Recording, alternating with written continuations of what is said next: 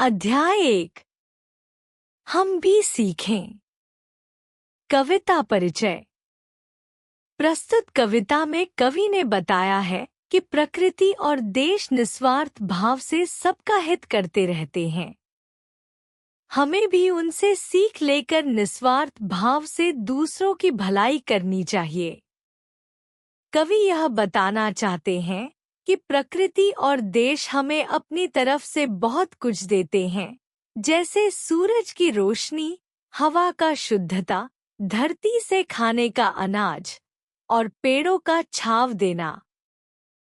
इसी तरह हमें भी उनसे प्रेरणा लेकर निस्वार्थ रूप से दूसरों की भलाई करनी चाहिए। हमें अपनी शक्ति और साधनों का उपयोग समाज के भले के लिए करना चाहिए। जैसे प्रकृति का कोई स्वार्थ नहीं होता, वैसे हमें भी अपने कामों से दूसरों का भला करना चाहिए। कठिन शब्दार्थ। निस्वार्थ, बिना किसी स्वार्थ के।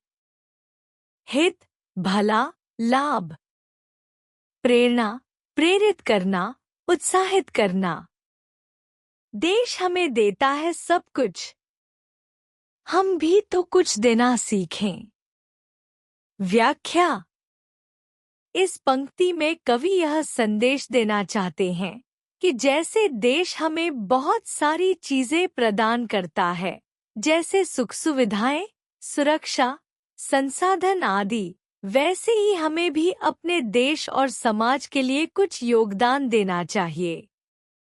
हमें निस्वार्थ भाव से दूसरों की भलाई के लिए काम करना चाहिए और हमारी इस कोशिश से समाज और देश का विकास होगा। अगर हम अपने देश को कुछ देने की आदत डालें, तो हम भी एक अच्छे नागरिक बन सकते हैं। कठिन शब्दार्थ।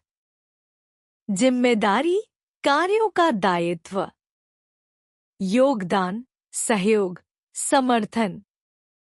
सूरज हमें रोशनी देता, हवा नया जीवन देती है। व्याख्या। यह पंक्ति प्रकृति द्वारा हमें दी जा रही निस्वार्थ सेवाओं का उदाहरण देती है। सूरज हमें रोशनी प्रदान करता है, जिससे हम अपना कार्य कर सकते हैं और जीवन की गतिविधियों को आगे बढ़ा सकते हैं। इसी प्रकार हवा हमें नया जीवन देती है, जिससे हम जीवित रहते हैं और शारीरिक रूप से स्वस्थ रहते हैं। कवि यह समझाना चाहते हैं कि जैसे सूरज और हवा बिना किसी स्वार्थ के हमारी सेवा करते हैं, वैसे ही हमें भी दूसरों के लिए बिना किसी स्वार्थ के कार्य करना चाहिए। कठिन शब्दार्थ। सुविधाएं, सहूलियतें, आराम। स्वास्थ्य, शारीरिक स्थिति, तंदुरुस्ती। भूख मिटाने को हम सबकी धरती पर होती खेती है। व्याख्या। यह पंक्ति बताती है कि पृथ्वी पर जीवन के लिए आवश्यक भोजन की आपूर्ति करने का कार्य खेती करती है। जब हमें भूख लगती है, तो हमें भोजन मिलता है जो खेतों में उगाए गए अनाज, फल और सब्जियों से आता है। कवि यह संदेश देना चाहते हैं कि जैसे धरती हम सभी के लिए जीवनदायिनी है, वैसे ही हमें भी इस जीवन का सही उपयोग करके दूसरों के लिए योगदान करना चाहिए। खेती, जो हमारे लिए भोजन उत्पन्न करती है, इसका महत्व अत्यधिक है और यह हमारे जीवन का अभिन्न हिस्सा है। कठिन शब्दार्थ। भूख, भोजन की आवश्यकता। मिटाना, समाप्त करना, संतुष्ट करना। खेती, कृषि, फसल उगाने का कार्य। धरती, पृथ्वी, भूमि, औरों का भी हित हो जिसमें हम ऐसा कुछ करना सीखें। व्याख्या। इस पंक्ति में कवि यह कहना चाहते हैं कि हमें ऐसे कार्यों को करना चाहिए जिनसे न केवल हमारी भलाई हो, बल्कि दूसरों का भी भला हो। हमें निस्वार्थ भाव से अपनी अच्छाइयों का उपयोग दूसरों के लाभ के लिए करना चाहिए। यह प्रेरणा हमें देती है कि हमें अपनी क्षमताओं और संसाधनों का सही उपयोग करके समाज के प्रति अपना योगदान देना चाहिए, जिससे सामूहिक भलाई हो। इस तरह से हम एक अच्छे इंसान और जिम्मेदार नागरिक बन सकते हैं। कठिन शब्दार्थ: क्षमताएं, शक्ति, योग्यता, योगदान, सहायता, योगदान। पथिकों को जलती दोपहर में पेड़ सदा देते हैं छाया। व्याख्या: इस पंक्ति में कवि ने यह उदाहरण दिया है कि जैसे पेड़ जलती दोपहर में थककर चलने वाले पथिकों को ठंडक और शरण देने के लिए अपनी छाया प्रदान करते हैं, वैसे ही हमें भी दूसरों की मदद करने के लिए निस्वार्थ भाव से उनकी सहायता करनी चाहिए। यह प्रेरणा देती है कि हम अपनी सामर्थ्य के अनुसार दूसरों की भलाई के लिए काम करें और उन लोगों के लिए सहारा बने जो कठिन परिस्थितियों से गुजर रहे होते हैं। जैसे पेड़ बिना किसी स्वार्थ के दूसरों को लाभ पहुंचाते हैं, वैसे ही हमें भी जीवन में दूसरों की मदद करनी चाहिए। कठिन शब्दार्थ: पथिक, यात्री, रास्ता तय करने वाला व्यक्ति। जलती दोपहर, बहुत गर्म दोपहर। छाया, ठंडी छाव। खुशबू भरे फूल देते हैं हमको नए फूलों की माला।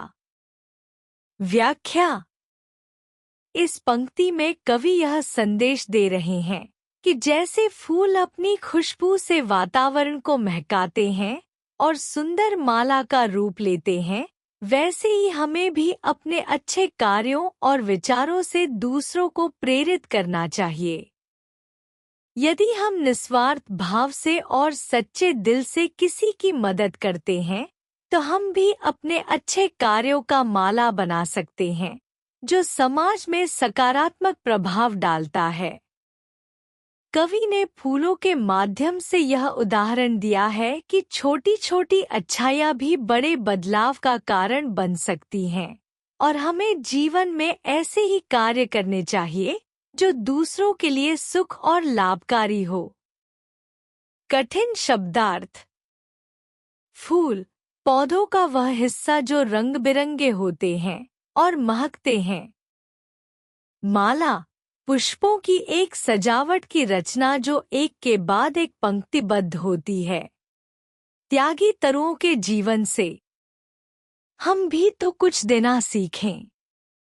व्याख्या: इस पंक्ति में कवि ने वृक्षों का उदाहरण दिया है जो बिना किसी स्वार्थ के दूसरों को छाया, फल, फूल और ऑक्सीजन प्रदान करते हैं। वृक्ष अपने जीवन के प्रति किसी तरह की अपेक्षा नहीं रखते, फिर भी वे निस्वार्थ भाव से पर्यावरण और समाज का कल्याण करते हैं। कवि का संदेश है कि हमें भी वृक्षों की तरह अपने जीवन को निस्वार्थ रूप से जीना चाहिए और दूसरों की भलाई के लिए काम करना चाहिए। हमें अपने आत्मलाभ की बजाय समाज और दूसरों की भलाई के बारे में सोचना चाहिए। कठिन शब्दार्थ: त्यागी, जो स्वार्थ से दूर, निस्वार्थ भाव से किसी काम को करता हो। तरु, वृक्ष। जीवन, जीवन की प्रक्रिया, अस्तित्व। जो अनपढ़ हैं, उन्हें पढ़ाए। जो चुप हैं, उनको वाणी दे। व्याख्या: इस पंक्ति में कवि ने यह संदेश दिया है कि हमें समाज में जो लोग शिक्षा से वंचित हैं, उनके लिए कुछ करना चाहिए। हमें उन्हें पढ़ाने की कोशिश करनी चाहिए ताकि वे भी समाज में अपनी जगह बना सकें। इसके अलावा जो लोग चुप हैं और अपनी बात नहीं रख पा रहे, उन्हें प्रोत्साहित करना चाहिए ताकि वे अपनी आवाज उठा सकें। कवि का यह संदेश है कि हर व्यक्ति की मदद करनी चाहिए, चाहे वह किसी भी स्थिति में हो, ताकि हर कोई समाज में अपनी पूरी क्षमता तक पहुंच सके। कठिन शब्दार्थ। अनपढ़, जो पढ़ा लिखा नहीं है। वाणी, बोलने की क्षमता, आवाज। प्रोत्साहित, उत्साहित करना, प्रेरित करना। जो पिछड़ा है उसे बढ़ाए। प्यासी मिट्टी को पानी दे। व्याख्या। इस पंक्ति में कवि ने पिछड़े हुए लोगों या समाज वर्गों की मदद करने की बात की है। कवि का कहना है कि हमें उन लोगों की सहायता करनी चाहिए जो किसी कारणवश विकास के रास्ते पर नहीं चल पा रहे हैं। हमें उन्हें प्रोत्साहित करके आगे बढ़ाना चाहिए। इसके साथ ही प्यासी मिट्टी को पानी देने का मतलब है कि जो लोग जीवन में संघर्ष कर रहे हैं उनके लिए हमें मदद का हाथ बढ़ाना चाहिए ताकि वे भी जीवन में सफलता पा सकें। यह पंक्ति समाज में समानता और सहायता की भावना को बढ़ावा देती है। कठिन शब्दार्थ। पिछड़ा, जो आगे नहीं बढ़ सका, कमजोर। प्यासी, जो पानी के लिए तरस रही हो। मिट्टी, धरती, भूमि। प्रोत्साहित, उत्साहित करना, उत्साह देना।